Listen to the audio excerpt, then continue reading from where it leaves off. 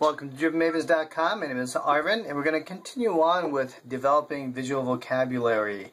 And that is really looking at found objects and shapes and just trying to replicate them and draw them.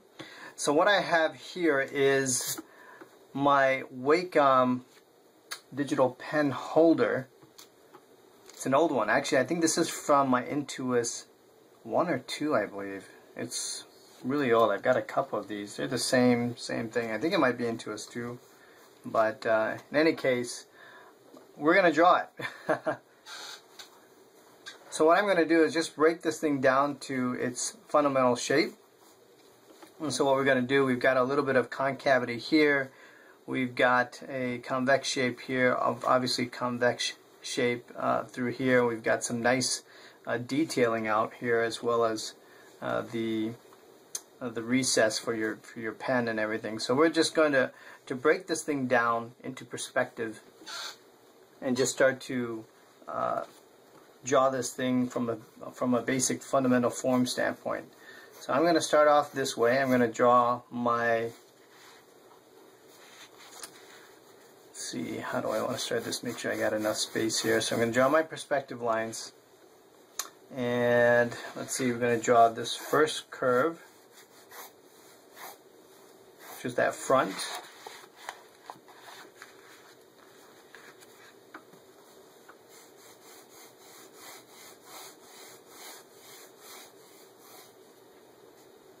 Okay, we've got this through here. We also know that this, we've got also have curvature in this direction. So I'm going to draw those sweeps there.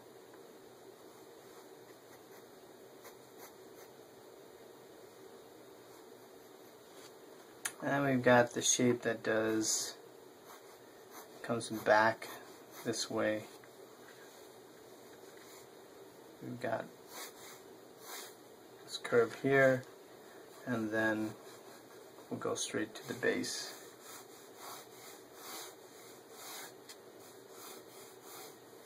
There's more curvature here. So that's what I'm doing. Make sure we got this, and then we connect to the bottom.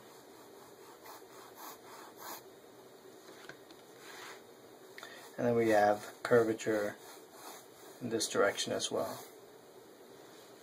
Now what you can always do when you're doing things like this, you don't have to, we got this, I want to capture this as well, as this is coming down through here. You're not going to see all of this, the perspective view that I chose, so some of that's going to disappear.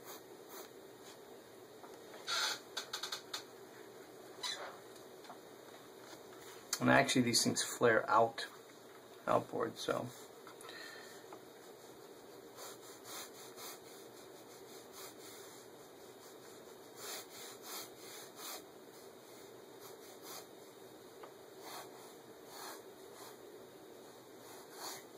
okay. So one of the things that you can do when you're sort of detailing some of these things out, now this one, this is going to be an ellipse, so what I'll do is I'll try to make sure that we've got this surface through here, but what you're ending up going to be doing is projecting that ellipse onto this plane. And so we're about right here. You know, and this comes out to this section. And I would say that the opening, you look at this, it's almost, you're about in this particular area, I would say your opening is. Let me take a measurement from here. Yeah, it takes up most of the space right up to here maybe, if you have two of them. So that means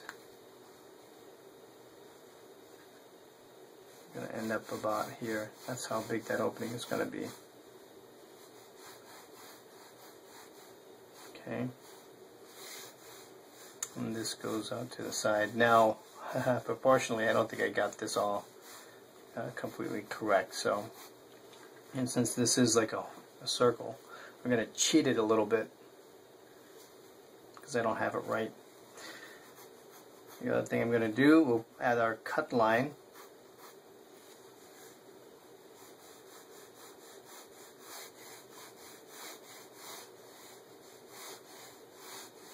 Another reason why you would practice your, it's another reason why you want to practice all this stuff, because as you're drawing, I'm trying to draw my curves at the same angle where the paper is. I don't have to do that, so I got to also be aware that I don't need to do it that way. Okay.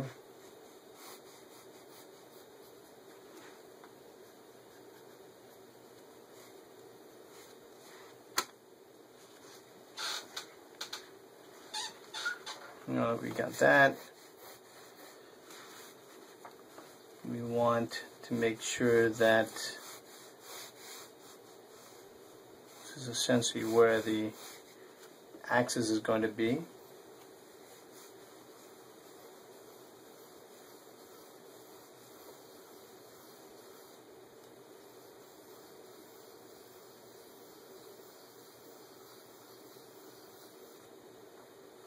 Okay.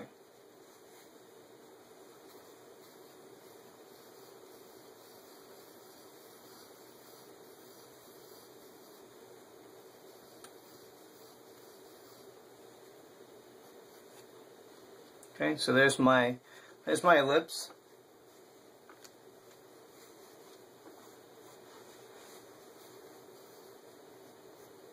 So now as I darken my line,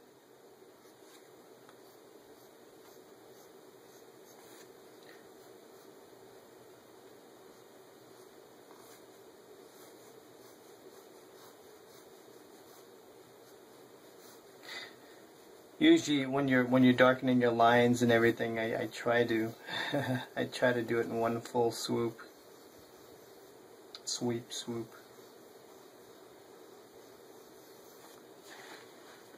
So I fell just short of that. I didn't make the cut out there, but it's alright.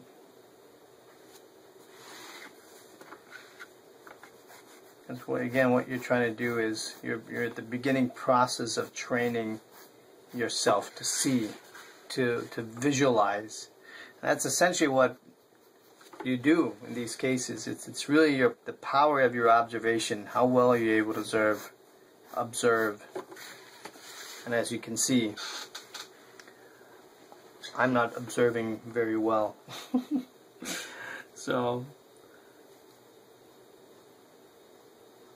some self-deprecating remarks myself.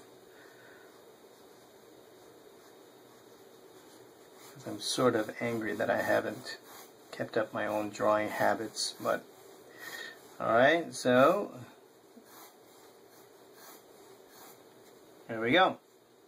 And we got these things now. This distance from here to here is not right. So there's a problem with just the proportions of this.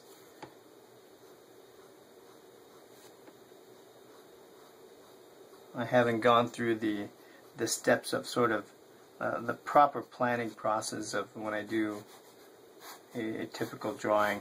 This is really in hopes of just kind of giving you some quick, spur of the moment kind of sketching.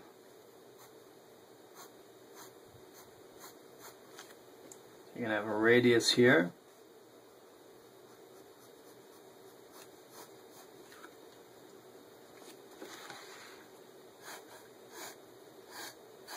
And I can darken these lines here.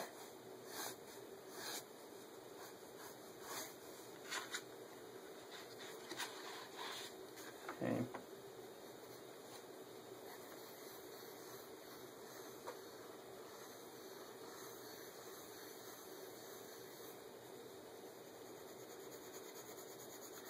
And then I will go ahead and shade this in.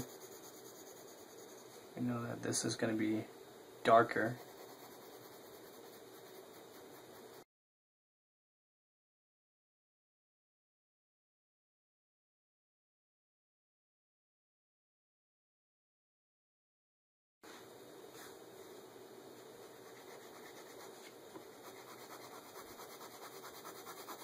And I'll just shade this entire side. Notice again how I keep with the parallel lines in the same direction. And then I'll make this darker, as this is a darker value anyway, just from the material standpoint. And one of the things you should do as you're going through this exercise is you can start to ask yourself these questions. Why is this darker than the other side? And as you develop the questioning that you need to do, I mean, this is all about critical thinking in the end. And it's really trying to answer the why questions, why something is the way that it is. That's a very important part of being able to solve problems, because problems that need a solution, the solution is really dependent on how well you're understanding the problem and getting to the root cause for the answer. But we're going to get into a lot of that other stuff. Not now, but later. So I'm just going to add some quick values so that we can show that these shapes are concave and such. You've got light coming here, as you can see. So I'm not going to get into shading this entire thing.